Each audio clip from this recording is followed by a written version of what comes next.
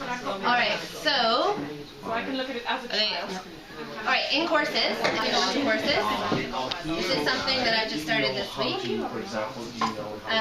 You can differentiate, so you can see here, if I click down to group, I have a grade level group and I have a support group right now. So actually I have one student in my class that I want in support group because he's just barely accessing some of the activities I leave, and I can see that in the results page. So you have your two groups, and the way that you would set that up is you're going to go into create new course. You're going to choose this way, sorry. You have these ones here. And if you've seen, I don't know if you guys have explored all the different, the one that I've been using lately, just because I like it, is in line with PYP, and that's the phases, phase 1 to 2, and I like that because I can move in between 1 and 2. It's not just stuck on 1. So when I create a course, let me just remember how I did this here. So they don't have to remember anything. Yeah, you can. All right. Because the answers are really So you, Yep. For yours, I would agree. Yes. So you just did it so there's no password required. You haven't created a group yet.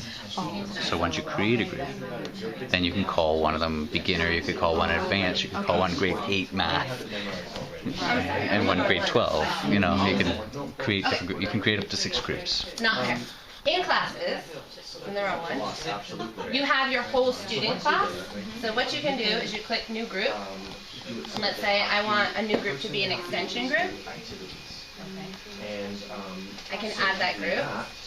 Oh, sorry, I need to choose the curriculum. So mine are already on whichever phase I want. Let's say I want the Canadian curriculum, and I want to go up. I want to go to grade 2 for this extension group. I would add the group. Now I can see my extension group here, and you just drag your students into it.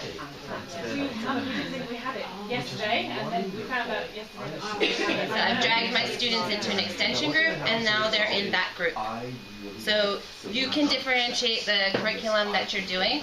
The only problem that I found with it is, for example, this child's in my support group, and actually I wanted to set 2 curriculums. I wanted to set the curriculum below and the curriculum. You can only choose 1 curriculum. So that's frustrating, but at least it gives you room, like if you know that week that student needs to actually have a lower task, you can do that. But the other thing you can do, if you go back out, Phase 1 and 2 is grade 1 and below. and below, yeah, I found, yeah. Well, I don't know, you would have to search, like, because Can you see phase? No, phase 3 is grade 3. yeah, have you found out how to preview activities? Wonderful. Okay, I'll show that now. So, Gino is just asking how can you preview the activities. It's a tricky to find out. So here, I've gone into phase 1 and phase 2. Right click. So you're going to right click. And an assessment as well. I'm not doing it right here. It's control and that one, control and click. So you get 2, 3. Not doing it. I'm doing my kids as 3, 4. Anyhow. What happens if you just click on it? If you do it on the other ones, it does come up. But I think for Are You Ready, it was one of them that didn't try. Maybe it doesn't do it on that one. Yeah, there we go. So if you right click Gina, it says preview activity. You can go through and you can look at all the activities and what is in there. Yeah. So right click into it. So when you're in this, when you're selecting courses, like you can see here, my kids this week are only working on algebra, so you can hide all the others because I don't want them to see all of those. So now I've chosen my course. Here, I can change to those differentiated groups I've made.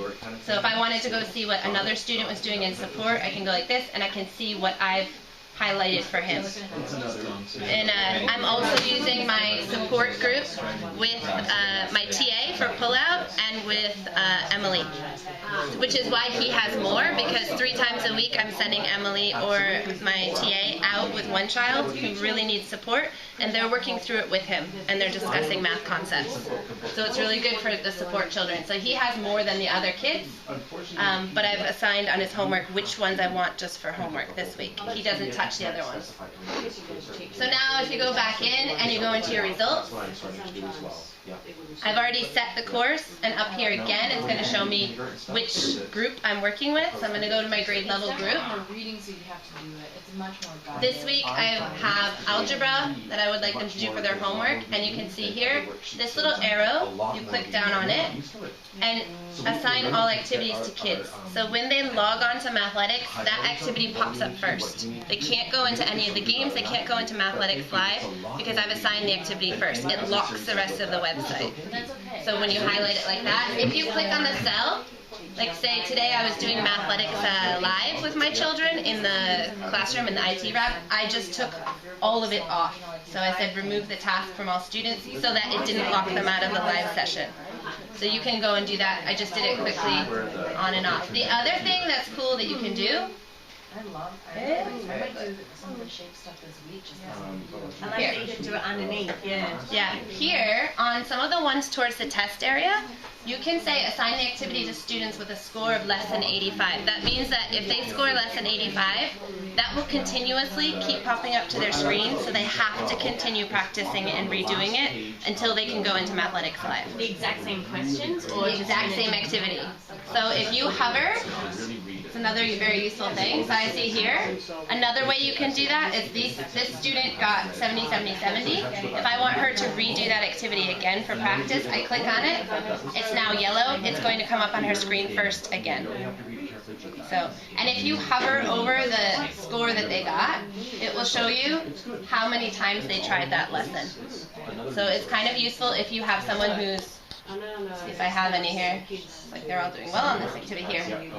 I can see it took him 2 tries to get the 100% on that activity. So it kind of gives you an idea of how well they know the material. If they had to redo it 5 times, then that gives you an idea of how long they were practicing it. Sorry, I was going to say, Lenny, when you talk about repeating an activity, because today we worked on for the first time, I set them an activity and we worked on it together. And the kids who wanted to go back to the try again button, for example, like you can see down the side, they might have gotten 6 out of the 10 questions wrong. It was their first time even today they were working on it to do it. When I pressed try again, it was similar questions but not exactly the same. So it was positional. It was like, you know, put the teddy bear on the top shelf, move the car beside the toy box. Because my kids will remember the answers. Yeah, it was the same. So it's idea, randomizing the exactly. Well, I think activity. just using the same vocabulary, Right. just coming in up a with different way, yeah, not the different scenarios. That's good. Good.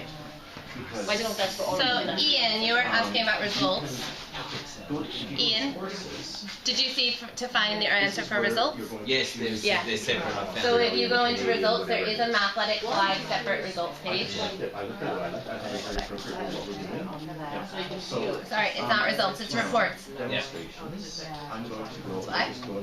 Oh, okay. So when you go into reports, you can go into the live maths report. And this will tell you what their accuracy percentage level is, how many questions a minute they're answering, how many questions they've answered online, and these are the levels they work through on Mathletics Live. So for example, now if you go down here to set minimum level, Reports. It's very obvious who's going to win and who's going to lose. on set minimum level, I saw that Sarp and these 2 students in my class were working at 99 percentile, and they had like 25 questions a minute, which to me was very good. I blocked them out of level 1. I don't want them to do level 1 anymore, it's too simple. Did you see that green arrow ever? Yeah. Oh, were you going to mention that? And you might see a green arrow show up here, which means you should block them out of that level. Yeah. Yeah. So now they can only, when they go on Mathletics Live, they're only practicing level 2, these 3 students. So I have a green arrow on one of mine. So you should move them. You should. Okay, the arrow is pointing to, it's already at the next level. Yeah. So that's the level they're suggesting that child should be working at. So you should set that Once you get now. 3 mistakes, So it will give you a suggestion. I think if they're working at 99%, the arrow will move to where they want you to have that child working at. Okay. And then just to letting the children know, because they get frustrated because they realize they're now working at the harder level that's more challenging. So you just let them know that. No, I was saying in the live maths report, when you go to, sorry. Yeah, here. Yeah. You might not have it, but there's a green arrow that shows up. That means that they're already working like to 99% of accurate questions. So Live Mathematics will suggest where you should set them to. Okay, so I've gone, if my kids achieve 95% or higher, I would automatically just... These three I did myself. You don't have to wait for mathematics to tell you. I saw they were working at 98%. I said that's good for me, and I moved them. So wherever you want to move them. That's pretty good. So Greta, Yeah. these activities, I've just assigned him activities covering stuff we've done for the last, month and actually. Yeah. So when the kids open them up, that's what they'll see. Yes, they'll see all of them. So if you want them to, are they doing it at homework or are you just doing it in class? Well, both. So maybe just for my homework, I would have to, because if they see all of them at one go, they might do all of them really quickly. You might want to stagger them, like unhighlight them so they're not all showing at once. I see. Yeah. There's much more in how. Okay. Now the other thing that is probably too advanced that I haven't done, That is really in our. maybe I won't show that yet, maybe another time, but I'll just tell you, in the courses, there's this button, Create New Course. You as a grade level can create a course by dragging all of these other, so let's say, okay, I'm grade 1, I want to say this is grade 1. This is something you can do collaboratively with your team. You can start creating and pulling lessons that you find over here. So say you've looked something up and you want that. You just drag it into these topics, and then Mathletics will save it, and the whole school can access it. So it would become IICS grade 1 as a curriculum group. So that's something like you could work towards in a while. It's not something I'd be ready for yet. Assessment though, right? Yeah, that's just so like your grade level team would know that you guys are all working through the same activity. So you would just start making a pool of what ones you thought were really good for your kids to be doing, and then next year you would have them and you wouldn't have to search all these curriculums. It would kind of be like already there laid out for you. And see, I'm curious about how you So I went to the second levels. So it's really easy. And All right. so now you can Let's see, see. okay, I have 3 In your results page as well, reports again. You go into report generator. At 95%, you got those I don't know, have you guys been working on the same curriculum course? Or have you changed in between, like different courses?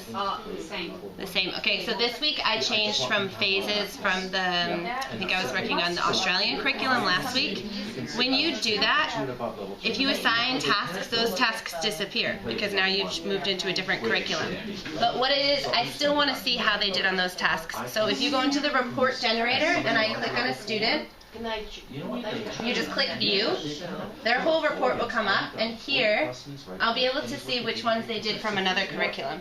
So that like if I was coming to report time and I kind of wanted to look at some, it's really nice. It analyzes it and puts it into their strengths and their weaknesses. So it will say which ones that they might have scored lower at, which ones they were stronger at, but I can see up here that they got 100 on counting by 2s, 5s, and 10s from a different curriculum. So just in case you think it's disappeared, it hasn't, it is in here. You just have to go like download it. For middle of grade 3, it's quite demanding. So he's It also scores at the bottom here, so it's like an overall chart for everyone. They're Mathletics live sessions, so you can see how they're doing. So these are good to print out for report writing time. Should we just play at that level for a second? At level 4, so that we can see. Level 3, as I say, is adding, subtracting up until 20. That And was then it. multiplication.